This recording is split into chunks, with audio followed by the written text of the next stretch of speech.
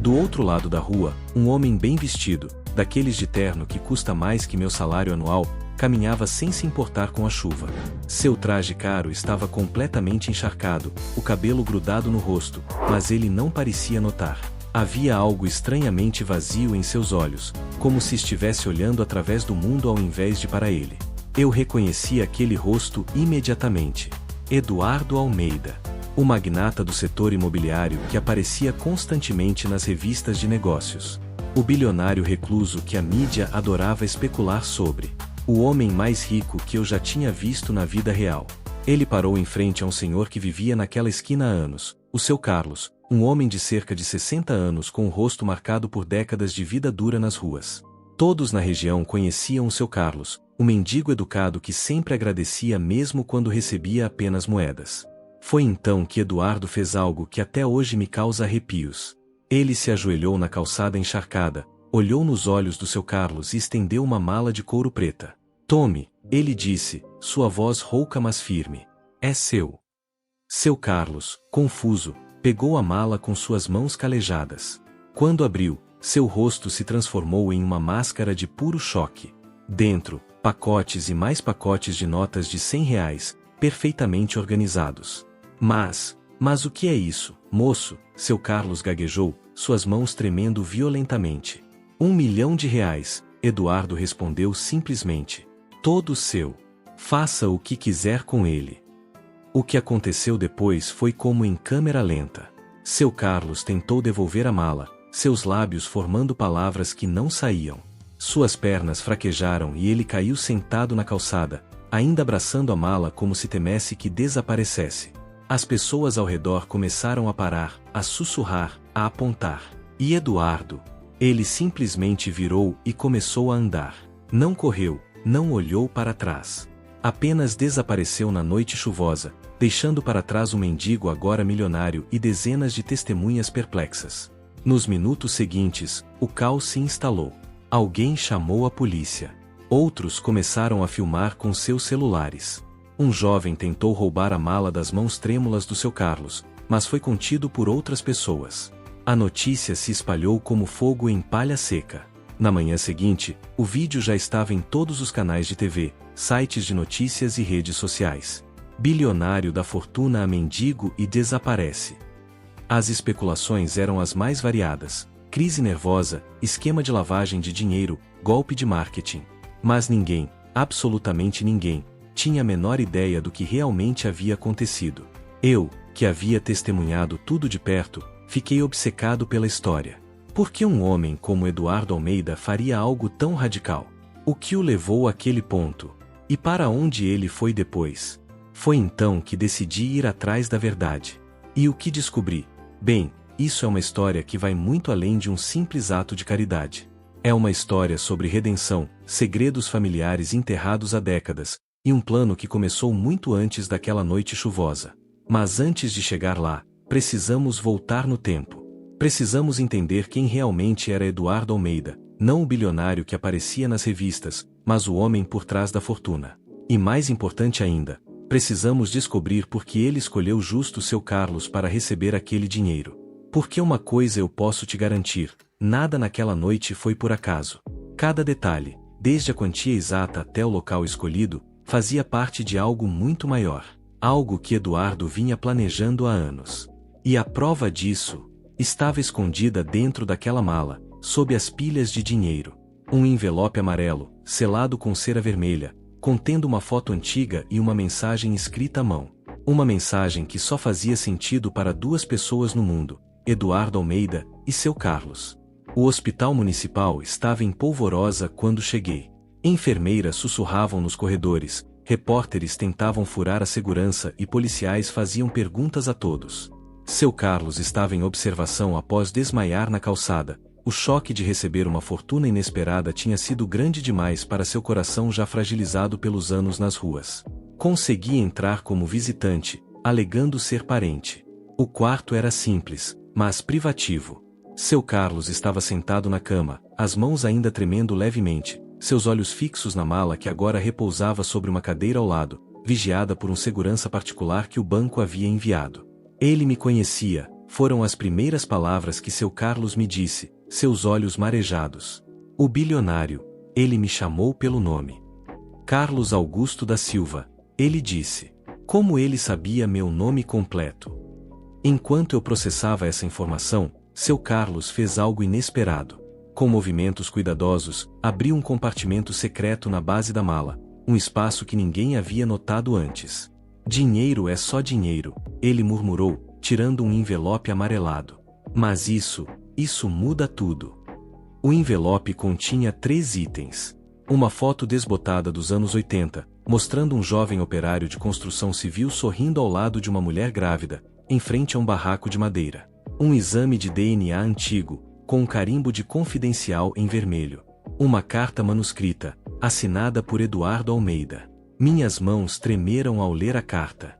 Carlos, se está lendo isso, significa que meu plano deu certo. A foto é do seu pai, João da Silva, e minha mãe, Helena Almeida. O exame prova o que seu pai sempre suspeitou, e o que minha família pagou para esconder. Eu sou seu irmão. Esse dinheiro não é caridade. É reparação.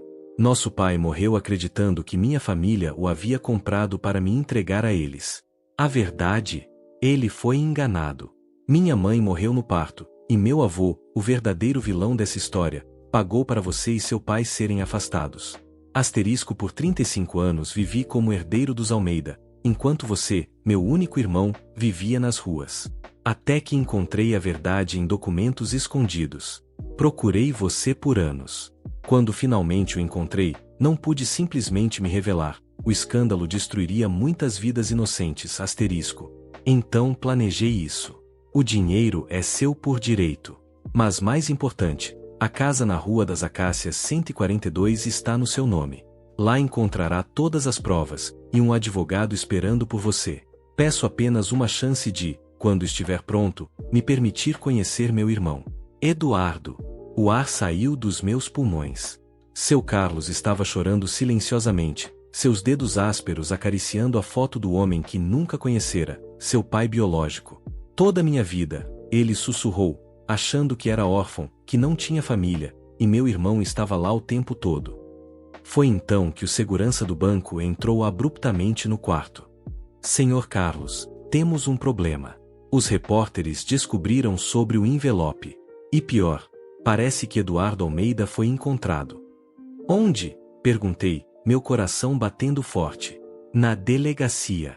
Ele se entregou, por homicídio. Seu Carlos deixou escapar um grito abafado. A carta caiu no chão, revelando uma última linha que não havíamos visto antes.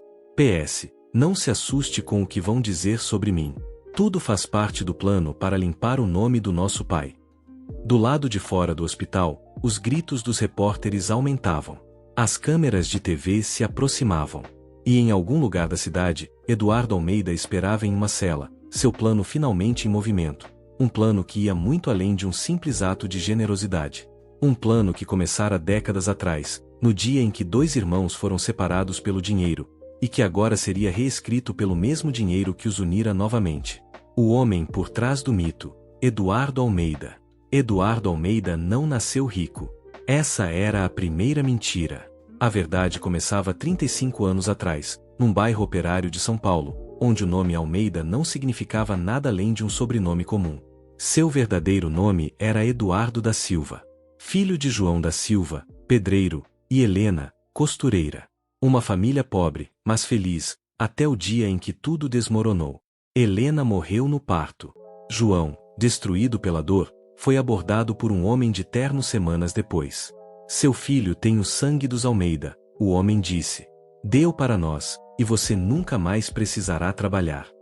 João recusou. Até que, uma noite, chegou em casa e encontrou o berço vazio. Só uma nota. É melhor assim. O pedreiro enlouqueceu. Passou anos procurando, processou a família Almeida, virou piada nos jornais. Louco que acha que seu filho foi roubado por bilionários. Até que, 10 anos depois, João apareceu morto. Acidente, disseram. Mas no bolso do seu casaco, uma foto amarelada, um menino loiro de olhos verdes, em frente a uma mansão. Eduardo. A fábrica de um herdeiro. Do outro lado da cidade, O menino Eduardo crescia como neto de Vicente Almeida, o patriarca do Império Imobiliário. Ninguém nunca falou sobre sua mãe. Ela não importa, Vicente dizia. Você é um Almeida agora. Eduardo foi moldado à força. Aprendeu a andar, falar e pensar como herdeiro. Seus brinquedos eram relatórios financeiros. Seus professores, economistas e advogados. Aos 12 anos, ele encontrou uma caixa escondida no sótão. Dentro, um vestido manchado de sangue e uma certidão de nascimento rasgada com o nome Helena. O que é isso, vovô? Vicente bateu nele pela primeira vez. Lixo que deveria ter sido queimado. Naquela noite, Eduardo jurou descobrir a verdade. Levou 20 anos. O preço da verdade. Aos 32, Eduardo contratou um detetive. Encontre tudo sobre Helena. O relatório veio uma semana depois. Helena era filha ilegítima de Vicente, fruto de um caso com uma empregada. Foi expulsa de casa aos 17 anos, grávida. Morreu no parto, mas o bebê sobreviveu. Eduardo não respondeu. Ficou olhando para a última página do relatório, onde havia uma foto de um homem maltrapilho segurando um cartaz. Onde está meu filho Eduardo? João da Silva. Seu verdadeiro pai. E abaixo, uma anotação do detetive. Morreu atropelado em 2005. Deixou um outro filho, Carlos Augusto, desaparecido desde o enterro.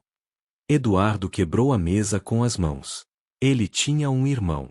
E esse irmão estava nas ruas. O plano. Foram mais 3 anos de buscas. Quando finalmente encontrou Carlos, Eduardo não pôde simplesmente se revelar. A imprensa destruiria o que restava da memória de seus pais verdadeiros. Então ele bolou um plano. Dinheiro, o suficiente para Carlos nunca mais sofrer. A casa, onde guardou todas as provas contra os Almeida. O sacrifício, Eduardo se entregaria pelo assassinato de Vicente, que na verdade morrera de infarto, assumindo a culpa para limpar o nome de João. Tudo estava perfeito. Até que a polícia o prendeu antes da hora. O sol da manhã entrava fraco pela janela do quarto de hospital quando Carlos terminou de ler a carta pela 10ª vez. Suas mãos, calejadas por anos vivendo nas ruas, tremiam ao segurar a foto do homem que nunca conhecera, seu pai. Então tudo era verdade. Ele murmurou, os olhos fixos no exame de DNA. O velho João sempre disse que tinha um irmão mais novo, que foi levado pelos ricos. O segurança do banco, Marcos, que agora fazia questão de vigiar Carlos pessoalmente, inclinou-se para a frente. Seu Carlos, posso perguntar, você realmente não sabia? Carlos soltou uma risada amarga que terminou em tosse. Saber? Meu pai morreu quando eu tinha 14 anos. Antes disso, vivíamos debaixo da ponte. Ele passou os últimos anos bebendo e falando de um irmão perdido que ninguém acreditava que existia. Flashback, 1995. O pequeno Carlos, então com 12 anos, segurava a mão do pai enquanto ele cambaleava pelas ruas do centro, bêbado como sempre. Ele se chamava Eduardo. João gaguejava, cuspindo no chão. Roubado da minha Helena. Os Almeida mataram ela e levaram meu menino. As pessoas riam. Chamavam João de louco. Até que uma noite, um carro preto atropelou o pedreiro na frente do próprio filho. Carlos nunca esqueceu o rosto do motorista, um homem velho de terno que olhou nos seus olhos antes de acelerar. Foi um acidente, disseram os policiais. Mas Carlos sabia. E passou os próximos 20 anos tentando provar. Presente. Virei mendigo por opção, Carlos confessou ao segurança, mostrando uma carteira velha cheia de recortes de jornal sobre os Almeida. Depois que meu pai morreu, jurei que encontraria Eduardo. Sabia que se ficasse invisível, um dia veria a verdade. Ele abriu um pequeno caderno surrado, anos de anotações sobre os movimentos da família Almeida, horários, carros, endereços. Eu via Eduardo toda semana. Ele passava na minha esquina a caminho do trabalho. Meu próprio irmão, e nem sabia. Marcos arregalou os olhos. Mas então, quando ele te deu o dinheiro? Achei que finalmente tinha me descoberto, Carlos respondeu, a voz embargada. Até ler a carta e entender que ele sabia há anos. E planejou tudo isso, até se entregar pela morte daquele velho bastardo. O silêncio pesou no quarto. Fora do hospital, os repórteres gritavam perguntas. Do outro lado da cidade, Eduardo esperava na delegacia, acusado de um crime que não cometeu. Carlos se levantou devagar, ainda sentindo as pernas fracas. Marcos, você tem carro? Sim, mas... Me leve até a Rua das Acácias 142. Tem algo lá que preciso ver. Cena final. O carro parou em frente a uma casa simples, mas bem cuidada. No jardim, uma placa, João e Helena, sempre em nossa memória. Quando Carlos colocou a chave na porta, a mesma chave que estava escondida no envelope, uma lágrima escorreu pelo seu rosto. Dentro, nas paredes, dezenas de fotos do pai que ele mal conhecera, e da mãe que nunca vira.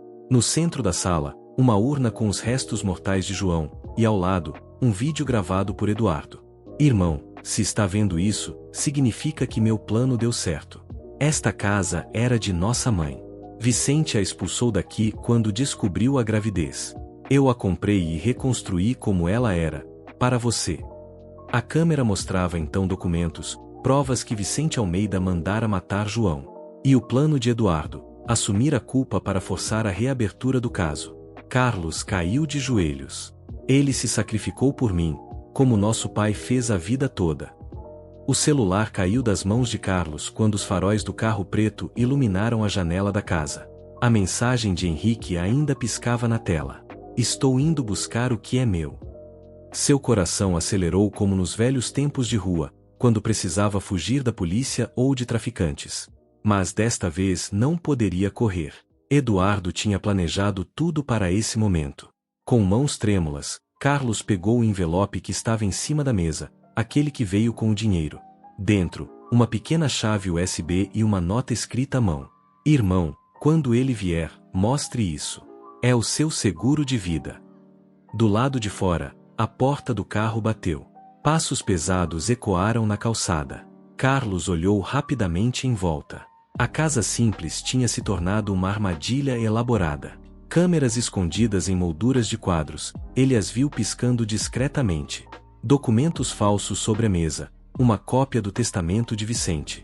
O próprio milhão em dinheiro, agora espalhado sobre o sofá como isca. A maçaneta da frente mexeu. Alguém estava tentando abrir. Carlos respirou fundo e pegou a pistola que Eduardo deixará na gaveta. Descobriria depois que era de Airsoft, mas parecia real. Pode entrar, Henrique, ele gritou, surpreendido pela própria coragem.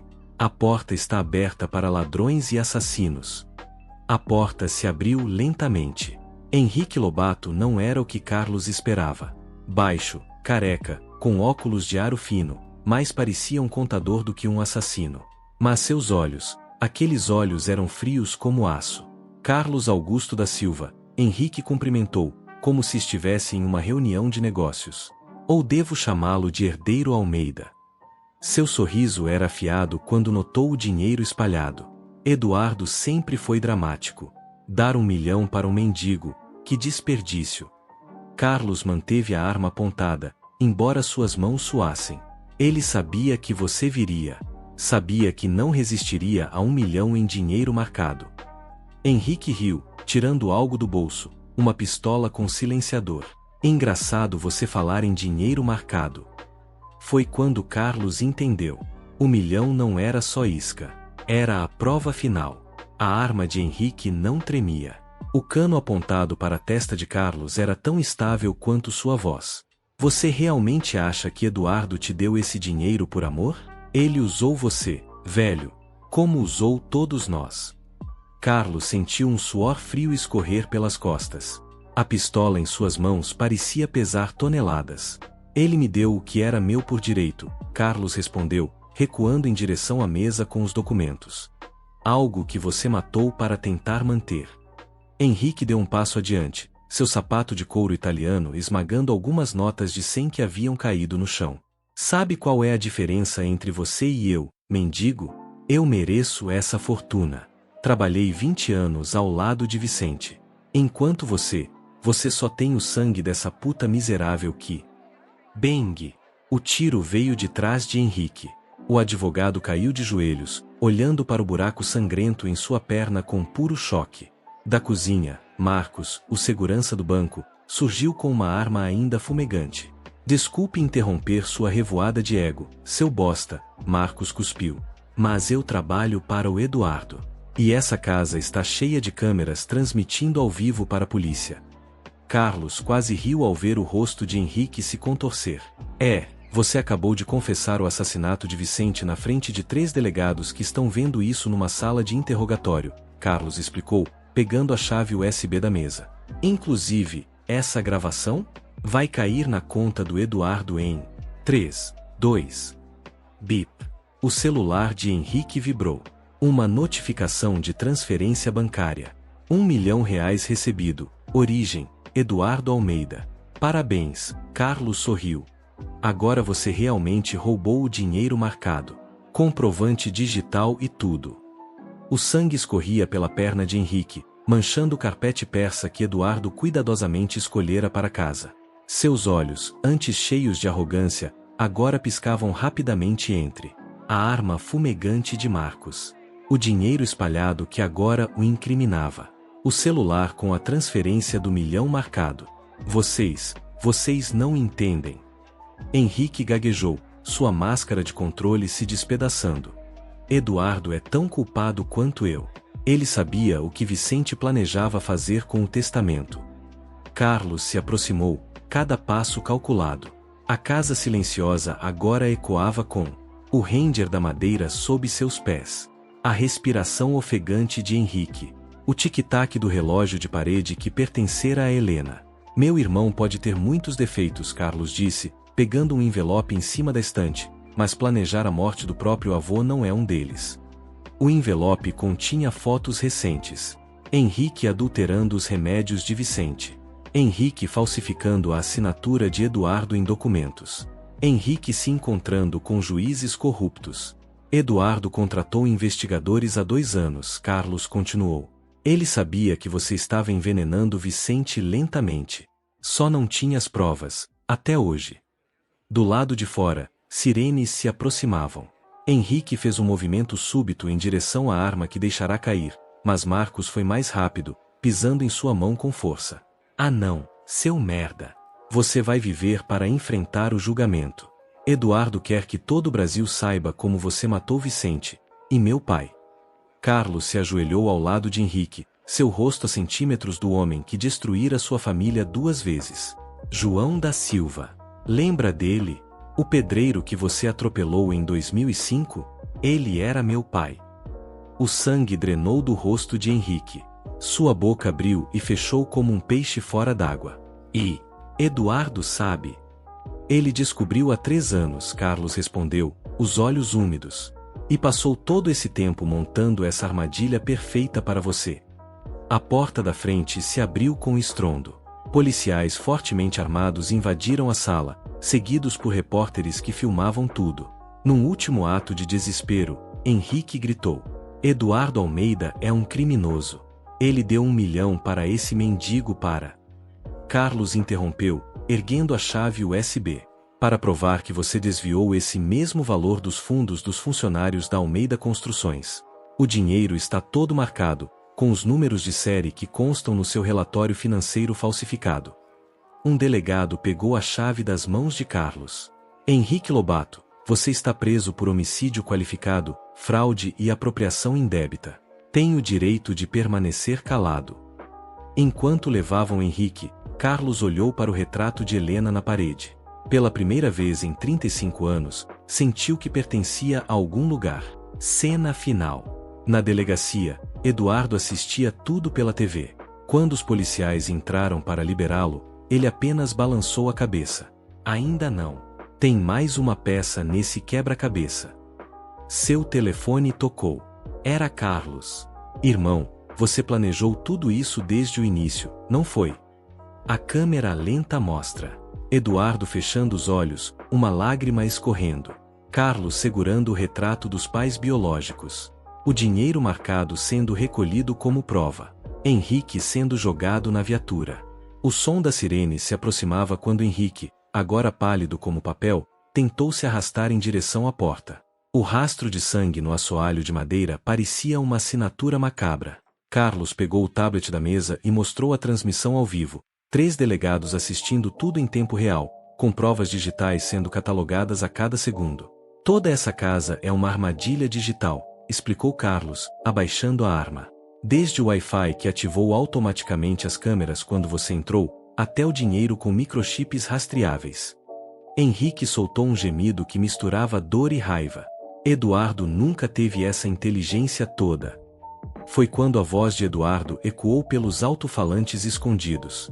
Você está certo, Henrique. Eu não teria. Mas meu irmão sim. A porta dos fundos se abriu. Eduardo entrou, acompanhado por 2 delegados. Seu terno estava impecável, mas seus olhos vermelhos denunciavam noites sem dormir. Carlos passou 20 anos sobrevivendo nas ruas enquanto você roubava em salas com ar-condicionado. Eduardo continuou, jogando um envelope aos pés de Henrique. Essa é a transcrição de todas as vezes que você falou sobre envenenar meu avô, para o seu amante, que, aliás, é um detetive da Polícia Civil. Carlos completou. O mesmo detetive que está gravando você agora, na cadeira ao seu lado na delegacia. Henrique olhou para o celular que ainda mostrava a transferência do milhão. Seus dedos ensanguentados tocaram a tela como se pudesse apagar tudo. Esse dinheiro é a prova final, Eduardo cortou. O mesmo valor que você desviou dos fundos da empresa no mês em que Vicente morreu, com os mesmos números de série. Os policiais entraram na casa. Enquanto algemavam Henrique, Carlos e Eduardo se olharam pela primeira vez como irmãos. Sinto muito, Eduardo sussurrou. O plano funcionou, Carlos respondeu, segurando a foto dos seus pais. Do lado de fora, os repórteres finalmente descobriram o endereço. As câmeras focaram na janela, onde agora se via. A manhã seguinte ao confronto com Henrique encontrou os irmãos sentados na cozinha da casa da Rua das Acácias, cercados por documentos e xícaras de café frio. A luz do sol entrava pelas cortinas, iluminando as fotos de João e Helena na parede. Carlos virou o celular sobre a mesa, cortando o fluxo incessante de notificações. A imprensa está chamando você de o Robin Hood bilionário, ele comentou, com um sorriso cansado. Dizem que você deu dinheiro aos pobres para expor os ricos corruptos. Eduardo esfregou os olhos inchados. Não foi heroísmo. Foi reparação. Eu deveria ter descoberto tudo isso anos atrás. Seu dedo apontou para um documento em particular, o relatório do legista que provava o envenenamento de Vicente. O mesmo relatório que Henrique enterrara nos arquivos da polícia. Carlos estudou o irmão. O Eduardo que via agora era diferente do homem de terno ensopado de chuva. Mais humano. Mais frágil. E agora? Você ainda vai se entregar? Carlos perguntou, segurando a certidão de óbito falsificada que Eduardo usará para forçar a reabertura do caso. Eduardo suspirou. Não preciso mais. Com a confissão de Henrique e as provas que ele guardava, o nome do nosso pai será limpo. Mas isso não devolve os anos que perdemos. O silêncio que se seguiu foi quebrado por uma batida na porta. Era Marcos, o segurança, agora com um envelope do banco. Para você, Carlos. Do departamento jurídico. Dentro, um único papel. Contrato de doação irrevogável, R$1 milhão, R$1 milhão. Mas havia uma cláusula especial escrita à mão por Eduardo. Condição, que você use esse dinheiro para encontrar todos os outros Carlos por aí. Aqueles que a família Almeida destruiu. Carlos olhou para o irmão, os olhos úmidos. Você realmente quer que eu? Quero que você faça o que eu nunca tive coragem, Eduardo interrompeu. Enquanto eu lido com os demônios da família, você cuida dos anjos que ela pisoteou. Foi quando o telefone de Eduardo tocou. A delegacia. Henrique estava pronto para fazer um acordo. Revelaria todos os esquemas de Vicente em troca de redução de pena. Eduardo se levantou, ajustando o relógio, o primeiro gesto de bilionário que Carlos viu nele desde o reencontro. Vou precisar da sua ajuda nessa próxima parte, Eduardo disse na porta. Você conhece as ruas melhor do que qualquer advogado ou detetive. Carlos passou a madrugada estudando os arquivos que Eduardo trouxera da mansão dos Almeida. Pilhas de pastas com nomes, fotos e documentos de pessoas que Vicente havia destruído. No meio da papelada, um mapa de São Paulo com marcadores vermelhos chamou sua atenção. O que são esses pontos? Ele perguntou ao irmão, que preparava café na pequena cozinha. Eduardo aproximou-se, olhando o mapa com expressão sombria. Casas de famílias que Vicente expulsou para construir seus prédios. Pessoas que desapareceram depois de se recusar a vender. Um nome em particular fez Carlos estremecer: Maria Lúcia, favela do Moinho. Ele conhecia aquela mulher. Uma senhora que dividia com ele um pedaço de calçada na época mais difícil. Ela está viva? Carlos perguntou, as mãos tremendo. Sim. Vivendo num abrigo para idosos. Por quê? Carlos levantou abruptamente. Porque Maria Lúcia me salvou a vida quando eu tinha 16 anos. E ela sempre falava de um neto que foi levado por homens de terno. Na favela do Moinho, 3 horas depois. Maria Lúcia, agora com 78 anos e cadeirante, não acreditou nos olhos quando viu Carlos entrar no abrigo. Menino! Você sobreviveu! Ela exclamou, puxando seu rosto para examiná-lo. Carlos ajoelhou-se ao lado da cadeira. Dona Lúcia, lembra quando me disse que seu neto desapareceu em 1998? Eu preciso saber. Ele tinha uma mancha de nascença em forma de estrela? A velha senhora começou a chorar. No ombro direito. Como você sabia? Eduardo, que observava a cena da porta, aproximou-se lentamente. Quando desabotoou discretamente o colarinho da camisa, revelando a marca distintiva, Maria Lúcia soltou um grito que ecoou por todo o abrigo. No carro, 1 hora depois. Eduardo dirigia em silêncio enquanto Carlos digitava freneticamente no laptop. Achei mais 3 casos como o nosso, Carlos anunciou. E todos têm uma coisa em comum. O quê? Eduardo perguntou, mudando de faixa. Vicente deixava sempre uma testemunha. Alguém para sofrer e espalhar medo. Carlos girou a tela mostrando fotos de outras famílias destruídas. Ele não queria só nossas terras, queria nosso sofrimento. Eduardo freou bruscamente no acostamento. Então 1 milhão. Não era só para você me encontrar, Carlos completou. Era para encontrarmos todos eles. No banco, dia seguinte, o gerente olhou desconfiado para os 2 homens à sua frente, um ex-mendigo e um bilionário desgrenhado. Querem sacar? Quanto em moedas de R$1? Carlos sorriu. 1 milhão em moedas. E precisamos de caminhões para transportar. Eduardo complementou. Vamos devolver o que foi roubado. 1 moeda por cada dia de sofrimento que causamos a essas pessoas. Dia 1. O desembarque do dinheiro. 3 caminhões do Banco Central estacionaram na Praça da Sé ao amanhecer. De dentro, um som metálico ecoava. 1 milhão de moedas de R$1 sendo descarregadas em grandes caixas de madeira. Carlos, agora vestido com um simples jeans e camiseta branca, nada daqueles ternos que Eduardo insistia em comprar, subiu no palanque montado para a ocasião. Ao seu lado, Maria Lúcia e outros 5 sobreviventes da ganância dos Almeida. A imprensa formava um círculo apertado. Câmeras de todos os canais focavam nas pilhas reluzentes de moedas.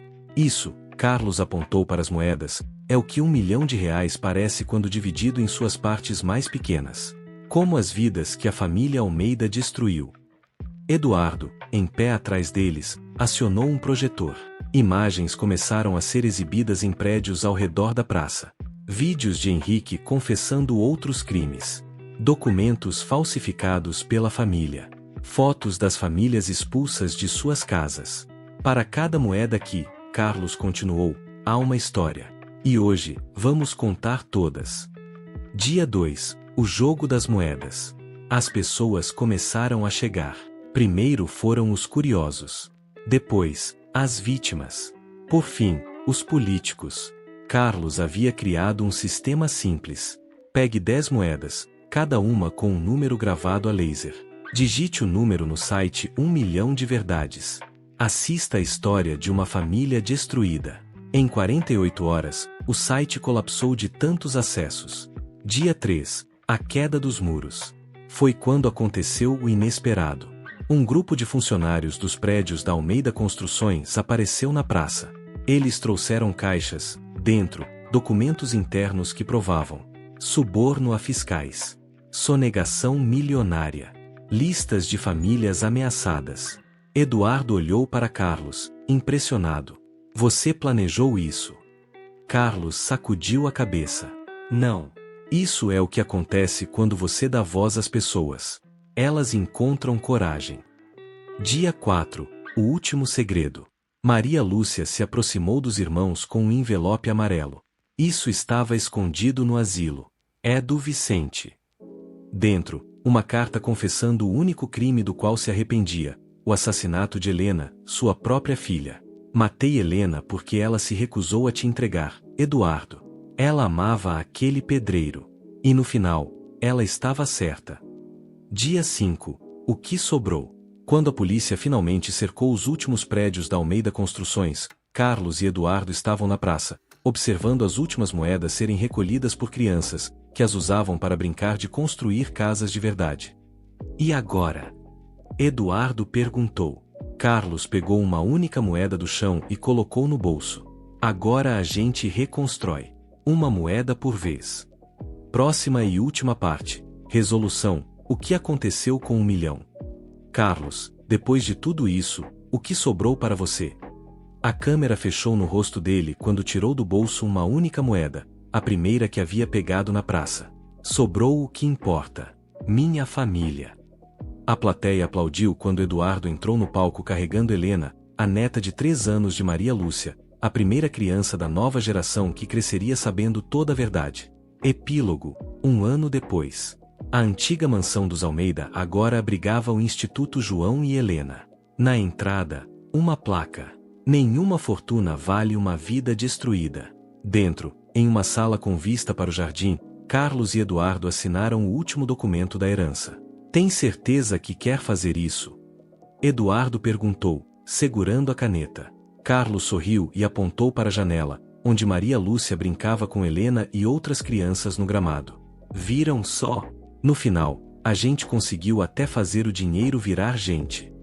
E quando a caneta tocou o papel, transformando o último 1 milhão em moradias populares, os aplausos dos antigos invisíveis ecoaram mais alto que qualquer fortuna. O dinheiro ainda cheirava a tinta nova quando Carlos abriu a mala pela primeira vez dentro do pequeno quarto que alugara. R$ 1 milhão em notas de 100, empilhadas como tijolos de um futuro que ele nunca imaginara. A luz fraca do abajur fazia os números nas cédulas brilharem como pequenos faróis de esperança. Seus dedos calejados, aqueles mesmos que haviam cavado lixo em busca de comida, agora tocavam a fortuna com uma reverência estranha. Não era avareza. Não era euforia.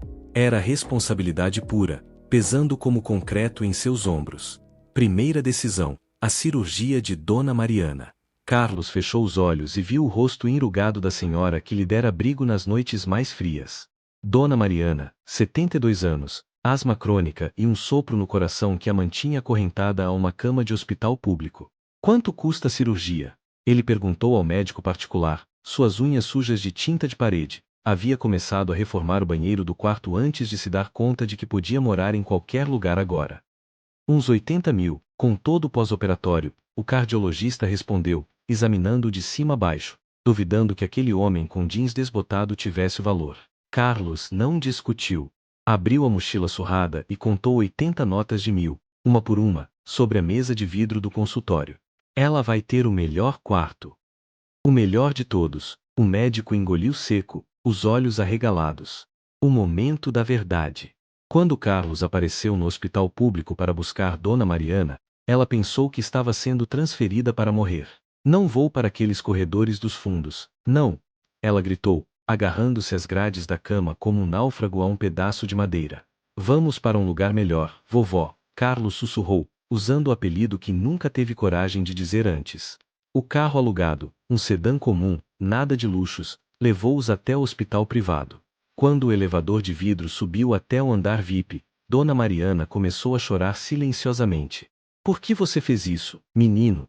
Ela perguntou, suas mãos ossudas apertando as dele. Carlos olhou pela janela, para a cidade que tanto lhe havia negado. Por que você me deu sopa quando eu cheirava a lixo? Isso aqui é só um caldo de galinha requentado. A surpresa. Na manhã da cirurgia, quando os enfermeiros preparam Dona Mariana, Carlos fez mais uma coisa. Contratou o neto dela, um garoto de 16 anos que havia abandonado a escola para vender balas no trânsito, como seu assistente pessoal. Salário: 2 salários mínimos. Função: Aprender tudo sobre administração de imóveis. Você não precisa me agradecer, Carlos disse a idosa já sedada. Só vive bastante para ver esse moleque se formar. Promete. E quando as portas do centro cirúrgico se fecharam, Carlos desabou no banco do corredor, seu corpo finalmente entendendo o peso daquela nova vida. O primeiro cheque do 1 milhão estava assinado. Restavam 920 mil motivos para continuar. O dinheiro ainda cheirava a tinta nova quando Carlos abriu a mala pela primeira vez dentro do pequeno quarto que alugara. R$ 1 milhão em notas de 100, empilhadas como tijolos de um futuro que ele nunca imaginara. A luz fraca do abajur fazia os números nas cédulas brilharem como pequenos faróis de esperança. Seus dedos calejados, aqueles mesmos que haviam cavado lixo em busca de comida, agora tocavam a fortuna com uma reverência estranha. Não era avareza. Não era euforia. Era responsabilidade pura, pesando como concreto em seus ombros. Primeira decisão: a cirurgia de Dona Mariana. Carlos fechou os olhos e viu o rosto enrugado da senhora que lhe dera abrigo nas noites mais frias. Dona Mariana, 72 anos, asma crônica e um sopro no coração que a mantinha acorrentada a uma cama de hospital público. Quanto custa a cirurgia? Ele perguntou ao médico particular, suas unhas sujas de tinta de parede. Havia começado a reformar o banheiro do quarto antes de se dar conta de que podia morar em qualquer lugar agora. Uns 80 mil, com todo o pós-operatório, o cardiologista respondeu, examinando-o de cima a baixo, duvidando que aquele homem com jeans desbotado tivesse o valor. Carlos não discutiu. Abriu a mochila surrada e contou 80 notas de 1.000, uma por uma, sobre a mesa de vidro do consultório. Ela vai ter o melhor quarto. O melhor de todos. O médico engoliu seco, os olhos arregalados. O momento da verdade. Quando Carlos apareceu no hospital público para buscar Dona Mariana, ela pensou que estava sendo transferida para morrer. Não vou para aqueles corredores dos fundos, não! Ela gritou, agarrando-se às grades da cama como um náufrago a um pedaço de madeira. Vamos para um lugar melhor, vovó, Carlos sussurrou, usando o apelido que nunca teve coragem de dizer antes. O carro alugado, um sedã comum, nada de luxos, levou-os até o hospital privado. Quando o elevador de vidro subiu até o andar VIP, Dona Mariana começou a chorar silenciosamente. Por que você fez isso, menino? Ela perguntou, suas mãos ossudas apertando as dele. Carlos olhou pela janela, para a cidade que tanto lhe havia negado. Por que você me deu sopa quando eu cheirava a lixo? Isso aqui é só um caldo de galinha requentado. A surpresa. Na manhã da cirurgia, quando os enfermeiros preparam Dona Mariana, Carlos fez mais uma coisa. Contratou o neto dela, um garoto de 16 anos que havia abandonado a escola para vender balas no trânsito, como seu assistente pessoal. Salário: 2 salários mínimos. Função: aprender tudo sobre administração de imóveis. Você não precisa me agradecer, Carlos disse à idosa já sedada.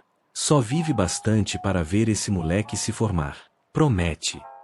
E quando as portas do centro cirúrgico se fecharam, Carlos desabou no banco do corredor, seu corpo finalmente entendendo o peso daquela nova vida. O primeiro cheque do 1 milhão estava assinado. Restavam 920 mil motivos para continuar. O cheiro de mofo e desespero ainda impregnava o ar quando Carlos empurrou a porta enferrujada do abrigo pela primeira vez como doador, não como morador. As paredes descascadas testemunhavam décadas de histórias não contadas. Num canto, o velho Jorge, que perderá as pernas num acidente de trabalho, arrastava-se sobre um colchão sujo. Quanto custaria demolir isso aqui e construir algo digno? Carlos perguntou ao arquiteto voluntário, sua voz ecoando no galpão úmido. O profissional calculou, no mínimo R$300 mil para algo básico. Carlos não hesitou. Sacou 3 maços de notas do bolso interno do casaco, o mesmo que usará por 3 invernos nas ruas, e depositou-o sobre a mesa bamba. Quero piscina térmica. O arquiteto engasgou, mas isso ultrapassaria. E colchões ortoédicos. E janelas que abrem. E uma cozinha que não pareça um presídio. Seus olhos queimavam com uma intensidade nova. Essas pessoas já viveram no lixo. Merecem beleza. O canteiro de obras mais incomum de SP. Na primeira semana de obras, Carlos apareceu de boné e botinas. Não para supervisionar, para trabalhar. Misturava concreto ao lado dos pedreiros, suas mãos calejadas encontrando familiaridade no trabalho duro. Patrão, o senhor não precisa, um operário começou. Eu dormi ali naquele canto em 2017, Carlos interrompeu, apontando para um vão entre os banheiros. Se vou mudar esse lugar, quero sujar as mãos. A revolução dos pequenos detalhes. Enquanto as paredes cresciam, Carlos insistia em detalhes que só quem viveu na rua valorizaria. Marca de seleção armários com chave individual, porque ninguém rouba mais nossas coisas. Marca de seleção chuveiros com cabines privativas, vergonha também mata. Marca de seleção uma sala só para cachorros, muitos não vêm porque não abandonam seus únicos amigos. O dia da inauguração.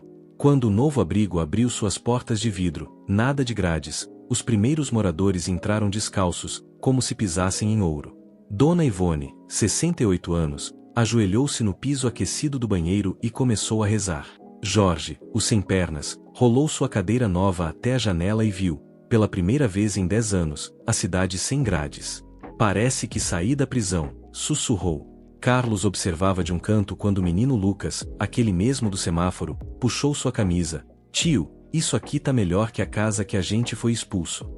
Foi então que Carlos percebeu, o dinheiro não comprará tijolos. Comprará dignidade.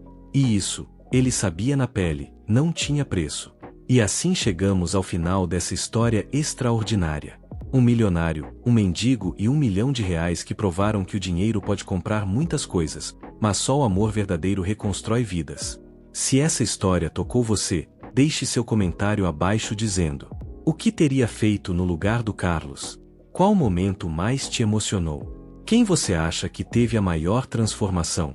Não se esqueça de se inscrever no canal para acompanhar mais histórias reais como essa. Ativar o sininho para não perder os próximos vídeos.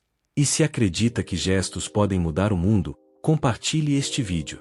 Quem sabe não inspira alguém a fazer a diferença. Esta foi a história de R$1 milhão que valeu por uma vida. Até a próxima!